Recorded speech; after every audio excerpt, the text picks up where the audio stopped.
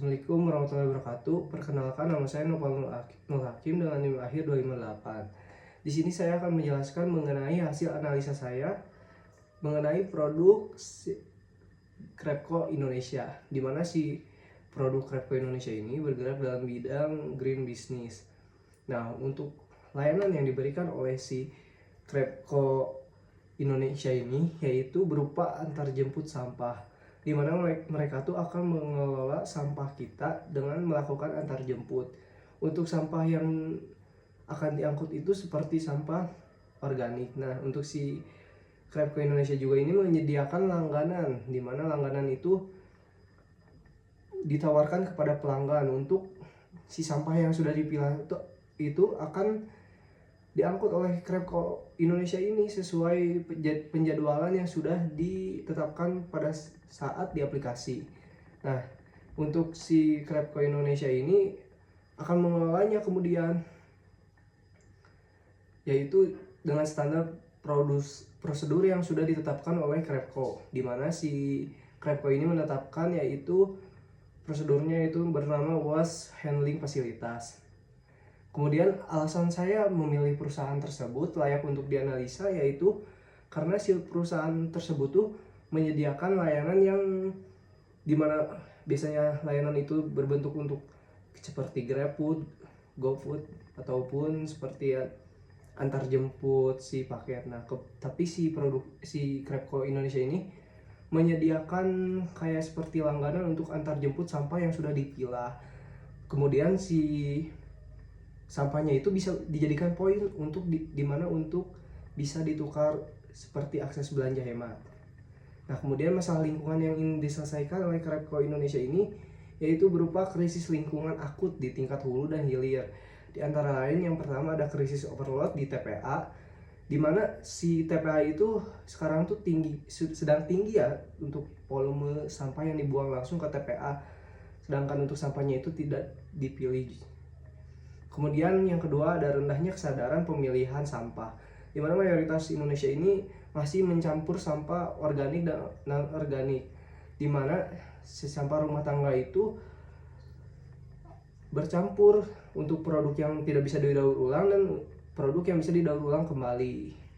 Kemudian yang ketiga ada emisi gas rumah kaca. Penumpukan sampah organik itu yang membusuk secara anaerobik itu di TPA bisa menghasilkan gas metana yang berkontribusi signifikan terhadap pemanasan global.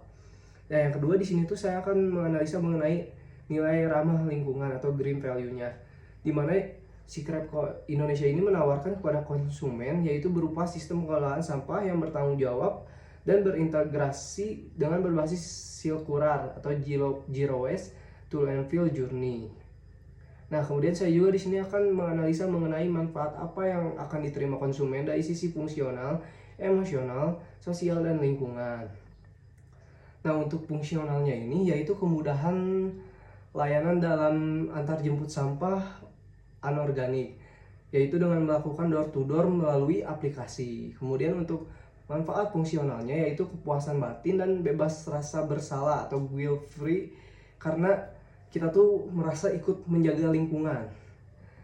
Nah, kemudian untuk manfaat sosialnya yaitu meningkatkan reputasi hijau bagi individu atau bisnis ataupun komunitas. Nah, dan membantu pemberdayaan warga desa lokal. Nah, kemudian untuk manfaat lingkungannya yaitu area tempat tinggal kita tuh menjadi lebih bersih, bebas bau, dan mengurangi pasokan dari sampah ke TPA. Nah, untuk bukti nyatanya si perusahaan Krepko Indonesia itu yaitu mereka tuh melakukan pengolahan fisik atau waste handling facility dengan menghasilkan produk daur ulang yang nyata seperti pupuk kompos atau ekoenzim. Mereka tuh sudah bermitra resmi dengan ITB dan Unpad sehingga pencatatan volume sampahnya itu berbasis by aplikasi. Kemudian yang kelima yaitu si green value proposition-nya yang ditawarkan tuh sudah jelas, di mana si Krepko Indonesia ini sudah mengedukasi skema langganan dengan menarik sampah dengan sistem insentif atau melalui aplikasi, dan berbeda dari kompetitor lain yang fokus pada pendekatan komunitas lokal yang sangat erat. di mana si kawasan suburban dan kampus itu sudah diedukasi oleh si perusahaan Krepko Indonesia ini. Kemudian di sini saya akan menjelaskan mengenai analisa saya mengenai green marketing strategi berdasarkan 4P. Yang pertama ada green marketing strategi 4P, yaitu green product. Dimana si green produknya itu yaitu si Krepko ini menawarkan produk berupa jasa pengelolaan sampah yang sudah terintegrasi dengan aplikasi, dan si Krepko Indonesia ini mencegah sampah berakhir di TPA saja, tetapi tidak adanya si daur ulang itu, si Krepko Indonesia ini menawarkan untuk mendaur ulang si produk yang bisa didaur ulang. Nah, untuk manfaat limbah organik, layanan ini juga sudah terbukti memberikan manfaat lingkungan yang nyata dan didukung oleh kemitraan riset bersama ITB dan Unpad. Nah, kemudian untuk green price-nya ini, si Krepko Indonesia ini menggunakan sistem berlangganan bulanan, yaitu sekitar harganya tuh di harga 25.000 sampai 50.000, yang menurut kita tuh bisa dinilai sangat murah ya untuk nilai pelestarian lingkungan dan kepraktisan juga yang didapatkan.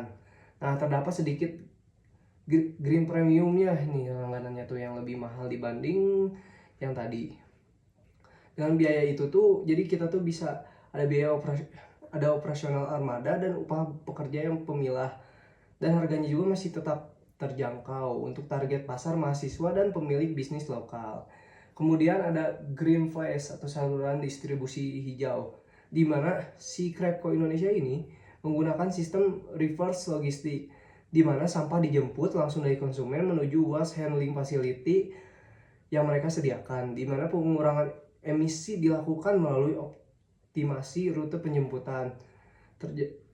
Si penjemputannya itu terjadwal bisa melalui aplikasi digital, dan sehingga si layanan itu mudah diakses via smartphone, dan bisa walaupun jangkauannya panjang tuh masih bisa bersifat hyperlokal. Kemudian di sini tuh ada green promotionnya. Nah, si green promotionnya itu mengusung pesan utama edukasi pemilahan sampah sejak dari rumah, dengan mereka tuh mempunyai jargon yaitu new way, new behavior, yaitu promosi dilakukan melalui media sosial seperti Instagram, dan sosialisasinya juga mereka tuh melakukan langsung di kampus ataupun di desa mitra, sehingga resiko si greenwashingnya itu rendah karena klaim promosi didasarkan pada operasional yang real dan transparan, serta laporan volume sampah yang diselamatkan juga mereka tuh sangat transparan. Nah, yang selanjutnya ada evaluasi kritis strategi green marketing Krepko Indonesia. Yang pertama tuh ada elemen 4P-nya itu paling kuat, yaitu green product. Nah, ini tuh berupa layanan jasa yang memberikan solusi konkret dan terintegrasi dari hulu ke hilir atau zero waste to landfill. Nah, nilai produk ini sangat kuat karena divalidasi oleh kemitraan riset resmi yang mereka tuh dimana tuh mitra resminya itu ya ITB dan Unpad. Nah, untuk yang kedua ada elemen 4P yang paling lemah, yaitu green place, di mana skalabilitas distribusi layanan itu masih sangat terbatas, di mana mereka tuh hanya masih dalam hyperlokal masuknya, karena jangkauan penjemputan sampahnya baru mencakup klaster wilayah tertentu seperti Jatinangor, Sumedang, dan Bandung. Nah, karena keterbatasan armada dan fasilitas pengelolaan lokal, mereka tuh masih lemah dalam armada dan pengelolaan lokal. Kemudian ada yang ketiga tuh konsistensi strategi hijau, di mana sangat konsisten sekali alur antara edukasi pemilihan atau promosi, penjemputan terpisah, distribusi, pengolahan sirkular, dan biaya operasional yang dibayarkan itu sudah terintegrasi secara utuh tanpa ada kontradiksi. Kemudian yang keempat yaitu kesesuaian dengan target konsumen, itu sangat sesuai karena pendekatan mereka itu melalui digital aplikasi, yaitu sangat cocok dengan karakteristik Gen Z dimana si mahasiswa atau pelaku usaha itu bisa mendapatkan kepraktisan dan pendekatan insentif ekonomi atau sembako sangat efektif bagi komunitas ibu-ibu rumah tangga di pedesaan.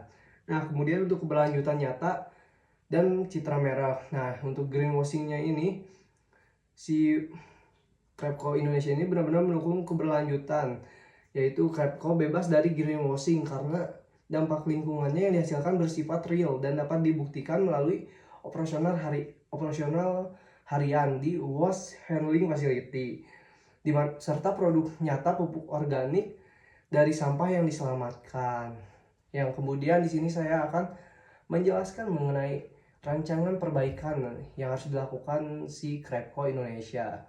Nah, rancangan perbaikan si Krepko Indonesia itu yang pertama ada inti masalahnya, yaitu jangkauan operasional Krepko Indonesia ini masih sangat terbatas, yaitu hanya di Bandung, Sumedang, dan sekitarnya. Dan mereka juga itu masih terhambat oleh biaya investasi dalam armada angkutan, dan untuk fasilitas si pengolahan sampahnya juga masih kurang. Kemudian ada fokus perbaikan. Yang kedua ada fokus perbaikan, dimana elemen green place yaitu distribusinya itu masih yang dirancang agar sekaligus memperkuat aspek produk dan promotion. Yang ketiga di sini saya akan memberikan ide dan solusi untuk Krepko Indonesia, yaitu dengan menyediakan jaringan kotak pengumpulan sampah mandiri di lokasi strategis melalui skema kemitraan dan beralih dari model lama yang sepenuhnya menggunakan jemput langsung atau door to door menjadi itu tuh bisa dikirim gitu. Kemudian ada alasan penting si Krepko Indonesia ini untuk menekan emisi gas buang dari mobilitasnya itu, yaitu dimana memangkas ongkos bahan bakar sekaligus mempercepat ekspansi pasar ke wilayah baru tanpa modal infrastruktur yang besar.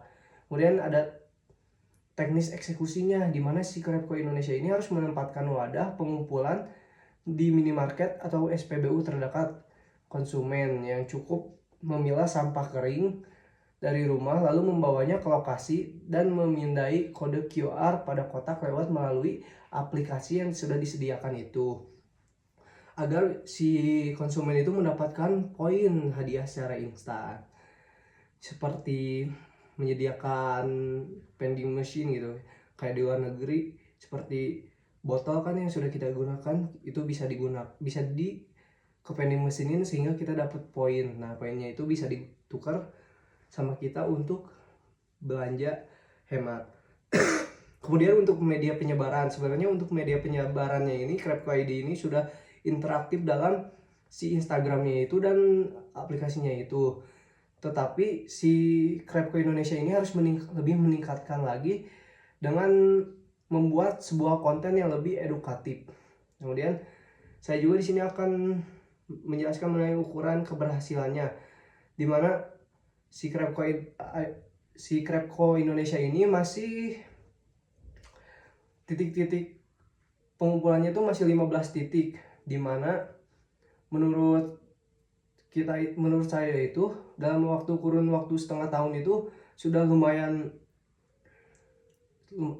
berkembang ya, dan jumlah penggunaan aktif aplikasi juga sudah melonjak sekitar 40%, yang dimana untuk sampah yang sudah diselamatkan yaitu sudah naik jadi 25%, dan ongkos logistik juga sudah berhasil dipotong sebesar 15-20%. Mungkin begitu saja hasil analisa saya. Maaf jika ada salah atau kekurangan dalam menyampaikan hasil analisa. Wassalamualaikum warahmatullahi wabarakatuh.